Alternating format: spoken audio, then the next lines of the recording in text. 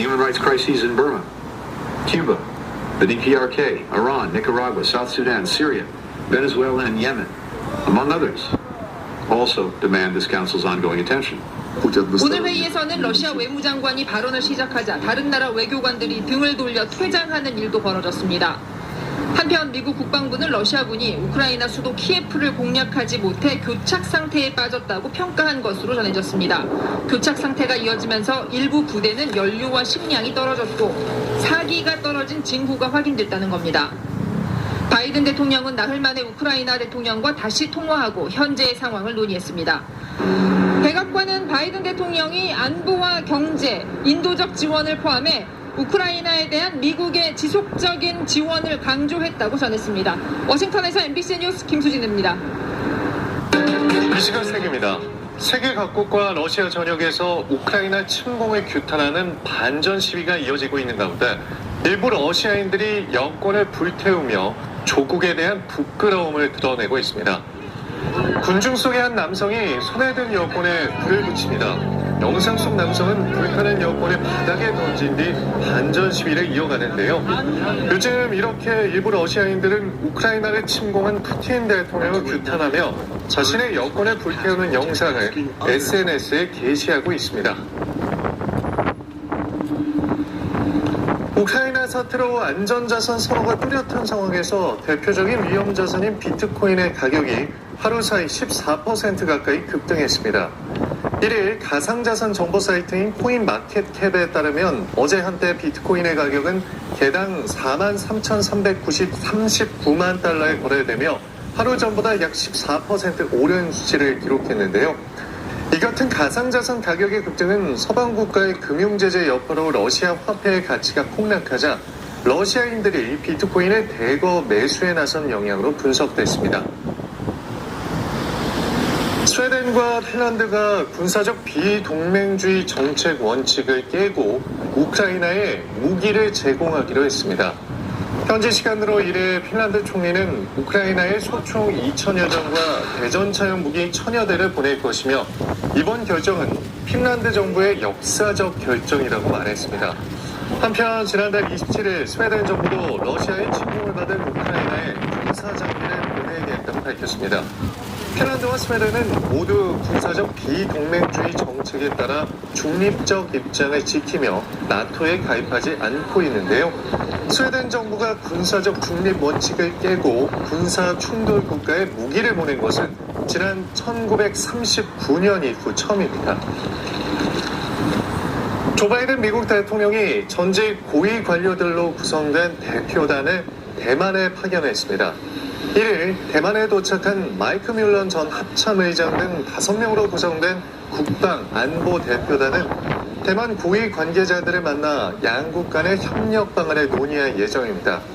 미 정부 대표단의 이번 방문은 우크라이나 사태 이후 대만에 대한 중국의 무력 통일 가능성이 주목받는 가운데 이루어진 것으로 중국이 러시아처럼 대만을 무력으로 침공할 경우 미국 정부가 가만히 있지 않겠다는 경고장을 날린 것으로 해석되고 있습니다.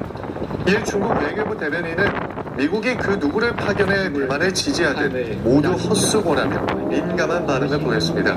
이 시각 세계였습니다. 투데이 이슈톡입니다. 세계적인 기업들이 전쟁 반대의 목소리를 내고 있는 가운데 헐리우드 대표적인 영화사들도 러시아에서 손을 떼고 있습니다. 첫 번째 키워드는 러시아 손절, 배트맨 못 봅니다. 미국의 주요 영화 제작사인 디즈니와 워너브로더스, 소니픽처스가 자사가 제작한 영화를 러시아에서 상영하지 않기로 했습니다. 러시아의 우크라이나 침공에 대한 항의 차원인데요. 이에 오늘 10일 러시아에서 개봉할 예정이었던 디즈니의 터닝레드부터 경쟁업체인 워너브로더스의 더 배트맨, 또 24일 개봉 예정인 소니의 모비우스까지 올해 극장과 기대작들이 잇따라 개봉이 중단된다고 합니다. 디즈니는 이 같은 조치에 대해 러시아의 우크라이나에 대한 불합리한 침공과 비극적이고 인도주의적 위기를 고려했다는 설명인데요. 러시아는 할리우드 영화업계의 중요한 시장이어서 관련 업계도 상황을 심각하게 우려하는 것으로 전해졌습니다.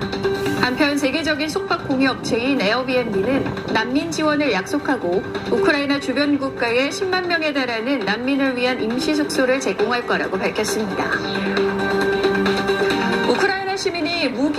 없이 태클을 맨몸으로 막아서는 모습이 포착됐습니다. 두 번째 키워드입니다. 멈추세요. 맨몸으로 탱크 막아입니다. 주머니에 손을 넣은 채 탱크를 향해 다가가는 사람들. 총도 칼도 없이 맨몸으로 탱크를 막기 위해서입니다. 용감한 시민들의 모습은 우크라이나 국경과 인접한 도시 코리아코포가에서 포착됐다고 영국 매체 더선이 전했는데요. 우크라이나 시민들이 맨몸으로 탱크를 막아 세운 건 이번이 처음은 아닙니다. 탱크 아래로 깔릴 뻔한 위험천만한 상황, 손으로 탱크를 밀기까지 하는 남성이 있었고요. 마치 중국 테난먼 사태 탱크맨을 연상케 하죠. 군용 차량 수십 대를 홀로 가로막고. 자, 우리 원주 지역에 있는 원주 시민연대 대표님께 당부드리겠습니다. 지금 우크라이나 전쟁 중단을 위해서 우리 다 같이 한 마음이 됐으면 좋겠습니다. 서로 이념을 떠나서 좌우 여야를 떠나서 우리 전체 시민단체가 원주시에서도 평화를 바라는 전쟁 적극적인 러시아 푸틴의 전쟁을 중단시키기 위한 여론 형성을 위해서, 그리고 유엔의 평화 유지군을 조속히 파병하여 전쟁을 신속히 이제 종결시키기 위해서 원주 지역에 있는 우리 시민단체들이 다 같이 한 마음으로 평화를 위한 전쟁 중단 집회를 함께 했으면 좋겠습니다. 원주 시민연대 대표를 비롯해서 천주교 정의사제구연단인가요? 네, 그분들께도 간곡히 부탁드립니다. 여러분들이 정말 그동안 평화를 외치면서 미국의 아프가니스탄 전쟁과 관련 이제 그런 부분들을 그동안 지속적으로 비판해 오셨는데, 이번에 러시아 푸틴의 우크라이나 침공에 대해서 침묵한다면은 이거는 상식적으로 말이 안 되겠죠. 설마 그런 정말 지금 이 순간에도 러시아 군대에 의해서 무참하게 희생되고 있는 우크라이나 국민들이 있는데 그들을 위해서라도 이번만큼은 특정 이념에 빠지지 말고 이해관계에 빠지지 말고 정말 전쟁을 속히 중단하고 우크라이나 평화를 조속히 안착하기 위해서 우리 한 마음으로 원주 시민들과 함께 여론을 계속 이끌어 나갔으면 좋겠습니다. 지금 전 세계 각국에서는 각 지역 시민단체들이, 각국의 시민단체들이 앞장서서 전쟁 반대 평화를 위한 집회를 하고 있는데 반면에 우리 대한민국만은 현재 시민단체의 주관이 아니라 대한민국에 거주하고 있는 우크라이나인들과 그리고 러시아인들 그들이 주축이 돼서 서울에서 집회를 하고 있는 걸로 알고 있습니다. 이게 말이 되겠습니까? 우리 원주에는 원주 시민연대도 앞장서서 그동안 이제 평화를 위한 많은 이제 집회를 시위를 해오셨던 경험들이 있기 때문에 저희는 많이 부족합니다. 저희 단체도 적극적으로 동참하고 지원할 테니 함께 마음을 모아서 이번에 러시아 푸틴의 전쟁 야욕을 조기에 중단할 수 있도록 함께 힘을 모아주셨으면 좋겠습니다. 원주 시민연대 대표님께 부탁드립니다. 우크라이나의 조속한 평화 정착을 위해서 원주에서 모든 시민단체들이 보수와 진보가 다 같이 손을 맞잡고 함께 집회를 열어 나갔으면 좋겠습니다.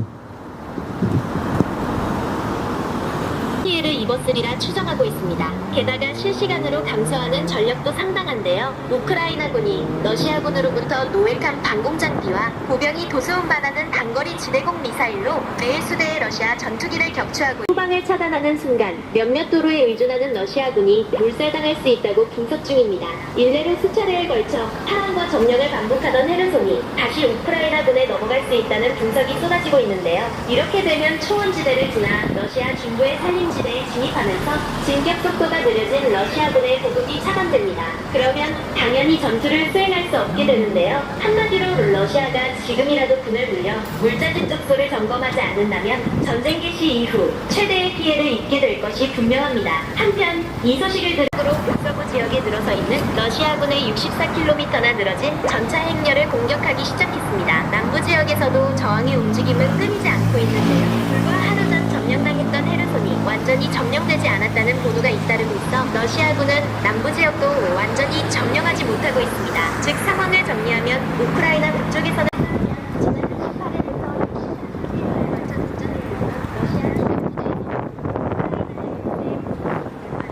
그런데 정상 러시아 공군은 지상작전을 지원하기는커녕 제공권조차 제대로 장악하지 못하고 있습니다. 오히려 우크라이나 공군의 전투기가 출격해 러시아군을 폭격하는 황당한 일이 벌어지고 있는데요.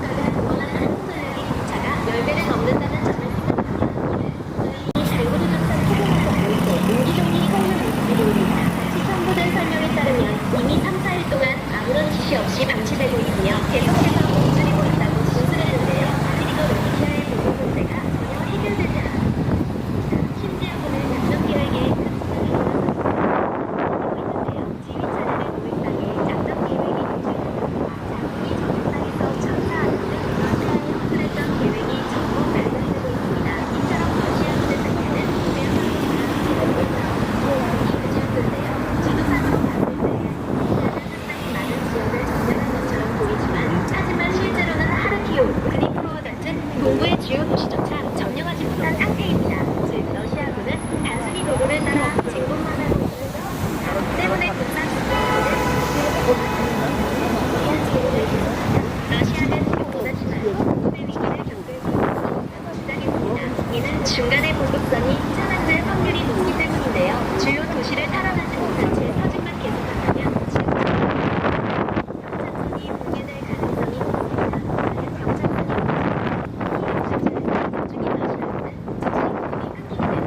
이렇게 되면 전방에 있는 러시아군은 일방적으로 진멸당할 가능성이 높아집니다. 하지만 그럼에도 러시아군은 중단 없는 진격을 이어나가고 있으며 러시아 본토에서는 쉼없이 신경이 진진되고 있습니다. 때문에 무고한 러시아인의 희생이 급증할 것이 확실해 보이고 있는데요. 그만큼 러시아 내부에서 네, 감사합니다.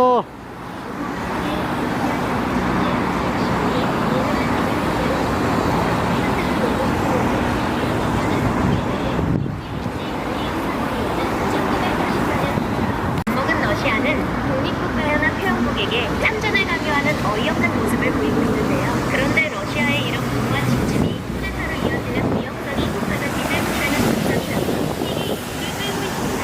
영국의 더 가디언은 어나니머스의 주장을 인용하며 러시아 연방보안국이 쿠데타를 준비하고 있다는 기사를 보도했는데요. 기사에 따르면 젤렌스키 대통령의 암살 계획을 누설한 것은 바로 러시아 연방보안국이며 푸틴 정권을 정복시키기 위한 권력투쟁이 진행될 수 있다고 분석했습니다.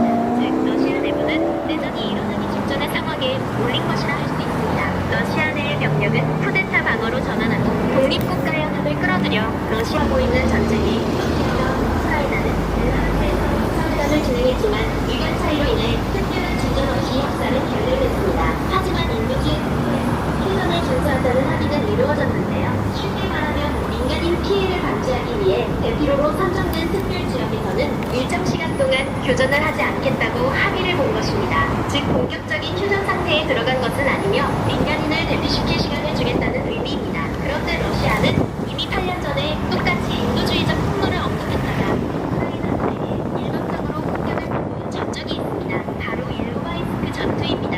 2014년 8월 29일 돈바스 전쟁 당시 푸틴은 무고한 희생자를 피하기 위한 인도주의적 통로를 개방할 것을 요청했습니다.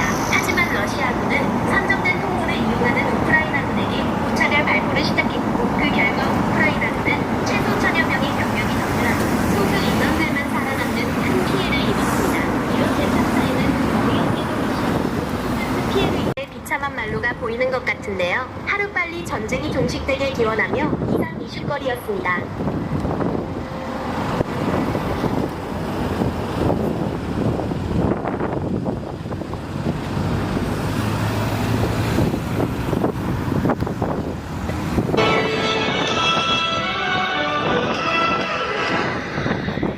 하지만 적어도 수천 명이 모였고 그에 상응하는 물자와 무기가 집적된 것은 확실해 보이는데요. 이들이 서방에서 공급받은 대전차 화해 러시아군을 폭격하는 황당한 일이 벌어지고 있는데요. 두 국가가 동원한 항공전력의 격차가 10배를 넘는다는 점을 생각하면 이는 도저히 이해할 수 없는 상황입니다. 전문가들조차 러시아 공군이 이렇게 잠잠한 것을 이해하지 못하고 있는데요. 그나마 가장 유력한 가설이 해역과 부정부패에 의한 가동률 급감, 초전에서의 심각한 손실 정도입니다. 실제로 러시아군의 상황은 심각하기 그지없는데요. SNS를 통해 전파되고 있는 러시아군의 동영상에서는 러시아군이 장구류조차 착용하지 않은 채 옹기종기 서 있는 모습이 보입니다. 같이 첨부된 설명에 따르면 이미 3, 4일 동안 아무런 지시 없이 방치되고 있으며 계속해서 굶주리고 있다고 진술했는데요. 아직도 러시아의 보급 문제가 전혀 해결되지 않았음을 알 수 있습니다. 심지어 군의 작전 계획에 큰 지장을 주는 사건도 계속해서 터지고 있는데요. 지휘 차량을 노획당해 작전 계획이 노출된다던가 장군이 저격당해서 전사하는 등 러시아의 허술했던 계획이 전부 발각되고 있습니다. 이처럼 러시아군의 상태는 그야말로 바람 앞에 등불처럼 위태롭기 그지없는데요.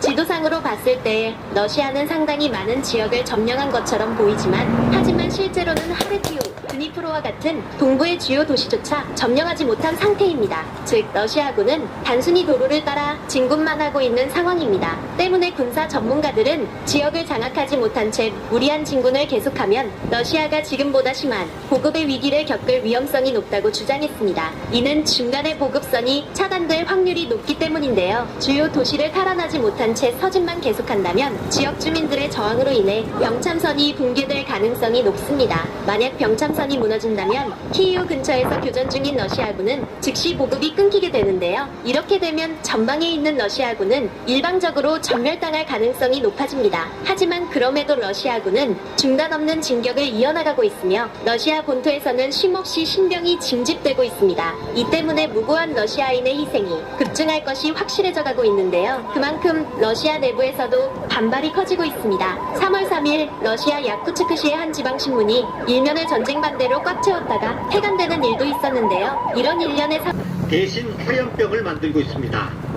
맥주병 씨가 사실은 러시아의 추가 침공 계획을 공유하며 조력하고 있다는 의혹이 제기됐는데요. 이번에 합의가 이뤄진 벨라루스 브레스트주 인근 핀란드 국경에서 이승현 특파원이 보도합니다. 폴란드와 벨라루스의 국경이 맞닿은 도도하게 흐르는 북크강이 양국의 천연 경계선 역할을 하고 있습니다. 표지판과 철조망이 이곳이 국경입니다.